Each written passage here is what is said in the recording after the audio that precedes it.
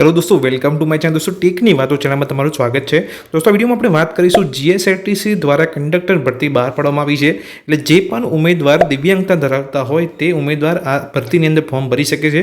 તમારે કઈ લાયકાતને ધ્યાનમાં રાખવાનું છે, કઈ તારીખથી કઈ તારીખ સુધી તમે ફોર્મ ભરી શકો છો, એ તમામ માહિતી વિશે હું આ વિડીયોમાં વાત કરીશ. એટલે ચેનલ પર નવા છો તો ચેનલને સબસ્ક્રાઈબ કરી દેજો.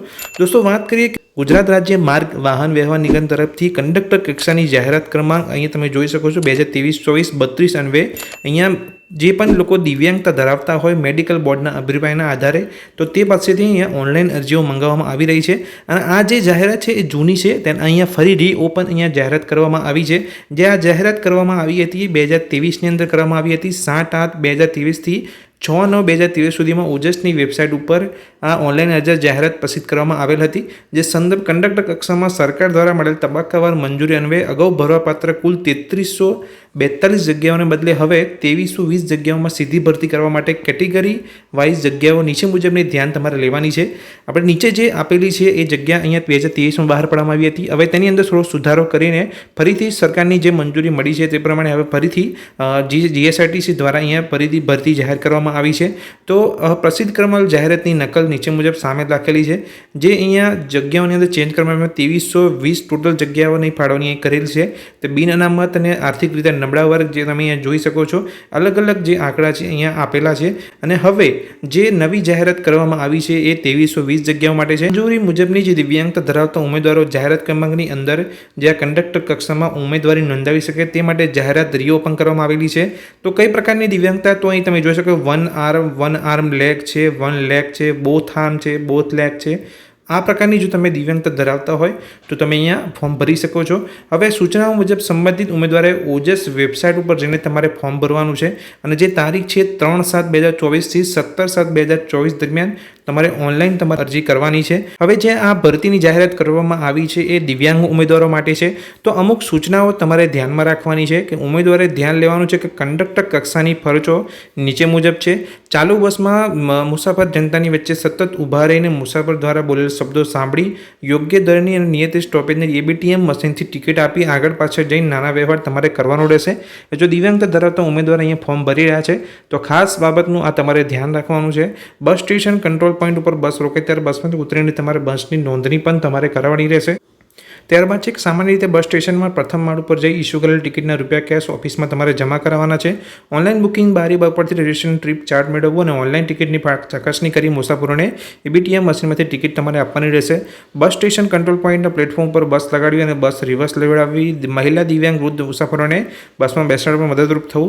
મુસાફરોને સામાન બસમાં મૂકવા તમારે મદદરૂપ. બસની મુસાફરી દરમિયાન આગળના સ્ટોપનું એનાઉન્સ કરવું, બસનો દરવાજો ઉઘાડ બંધ કરવો અને બસના મુસાફરો જે સ્ટોપેજ પર ઉતરવા નવીન મુસાફરોને તમારે ચડાવવાની જે માહિતી છે આપવાની રહેશે. સાંકડો રોડ, સિટી સિગ્નલ, જંકશન રોડમાં ટ્રાફિક ગીચતા માટે ડ્રાઈવરને મદદરૂપ તમારે થવાનું રહેશે.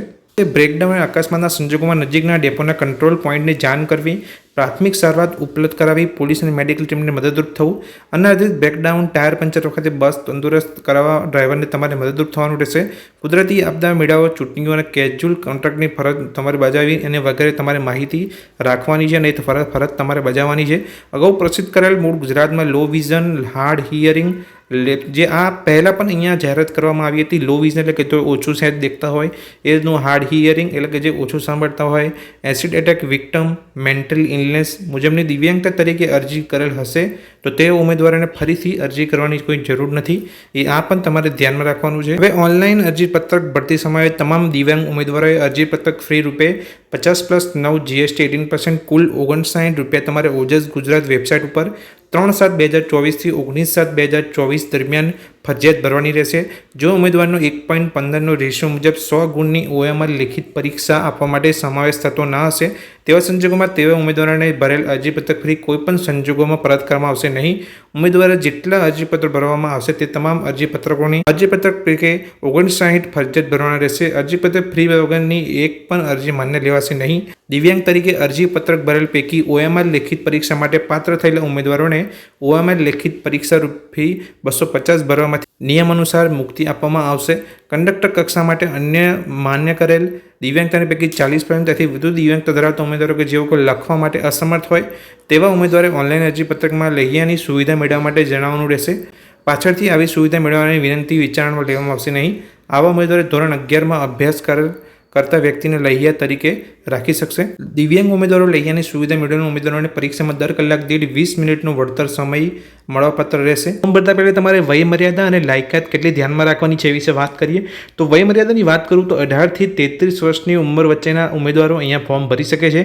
શૈક્ષણિક લાયકાત અહીંયા 12 પાસ માંગવામાં આવેલી છે. સાથે તમારું લાયસન્સ અહીં માંગવામાં આવેલું છે. પ્રાદેશિક વાહન વ્યવહાર કચેરી તરફથી મળેલ કંડક્ટર લાયસન્સ તથા બેઝ તમારી પાસે હોવો જોઈએ જો તમે અહીંયા ફોર્મ ભરવા માંગો છો, અને વેલિડ ફર્સ્ટ એડ સર્ટિફિકેટ પણ તમારી પાસે હોવું જોઈએ. આ એક શૈક્ષણિક લાયકાત અને વયમર્યાદાની મેં તમને વાત કરી.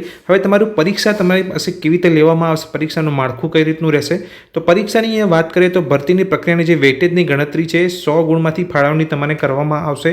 100 ગુણની OMR પદ્ધતિથી સ્પર્ધાત્મક લેખિત પરીક્ષા માટેના વેટેજ ગુણ પાસ થવા માટે લઘુત્તમ કોઈ ગુણને અહીંયા ધ્યાનમાં લેવામાં આવશે નહીં. તો વેટેજ 100% રહેશે. અહીંયા પરીક્ષાનું જે જોઈ શકો છો જે સિલેબસ છે અહીંયા આપેલો છે. અહીં OMR પદ્ધતિ સ્પર્ધાત્મક લેખિત કૌશલ્યના ગુણપાર નીચે મુજબ અહીંયા રહેશે, જે અહીંયા સબ્જેક્ટ વાઇઝ આપેલા છે. સામાન્ય જ્ઞાન, રોડ સેફ્ટી, ગુજરાતી વ્યાકરણ, અંગ્રેજી વ્યાકરણ, ક્વોન્ટિટી એપ્ટિટ્યૂડ, નિગમને લગતી માહિતી, મોટર વ્હીકલ એક્ટની પ્રથમ જાણકારીના પ્રશ્નો, પ્રાથમિક સારવાર અંગેના પ્રશ્નો, કંડક્ટરની ફરજ અને કોમ્પ્યુટરની ઉપયોગની પાયાની જાણકારીના પ્રશ્નો તમને અહીંયા પૂછવામાં આવશે. એમાં 20-20-10 કરીને ટોટલ 100 ગુણનું પ્રશ્નપત્ર તમારું અહીંયા લેવામાં આવશે. OMR પદ્ધતિથી તમારી પરીક્ષા અહીંયા લેવામાં આવશે. તો દોસ્તો જે GSRTC દ્વારા દિવ્યાંગ ઉમેદવારો માટે જે કંડક્ટરની જાહેરાત કરવામાં આવી છે ભરતીની, એ વિશે મેં તમને વિડીયોમાં તમામ માહિતી આપી. જો આ માહિતીની અંદર હજુ પણ તમને ક્યાંય ખબર ના પડી હોય તો મને કમેન્ટ બોક્સની અંદર કમેન્ટ કરીને જણાવજો. અને આ માહિતી જો તમને ગમી હોય તો વિડીયોને લાઇક કરજો. ચેનલ પર નવા છો તો ચેનલને સબસ્ક્રાઈબ કરી લેજો. Thank you.